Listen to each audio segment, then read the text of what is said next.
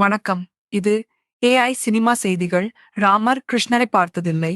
ஆனால் அவர்களின் குணத்தை கொண்ட மோடியை பார்க்கிறேன். தெலுங்கு நடிகர்.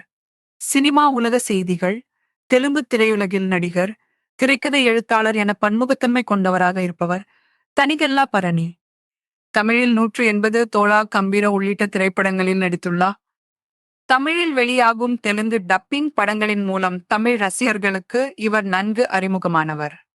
இந்நிலையில் ஐதராபாத் விமான நிலையத்தில் பிரதமர் நரேந்திர மோடியை நடிகர் பரணி சந்தித்துள்ளார். ஆன்மீகத்தில் ஈடுபாடுடைய இவர் மோடியுடன் சில நிமிடங்கள் பேசியுள்ளார்.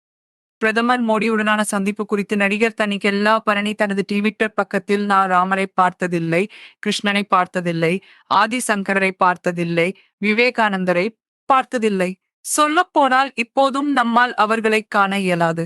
ஆனால் அவர்கள் அனைவரின் சாராம்சத்தையும் தன்னுள் கொண்ட பிரதமர் நரேந்திர மோடியை நான் கண்டிருக்கிறேன்.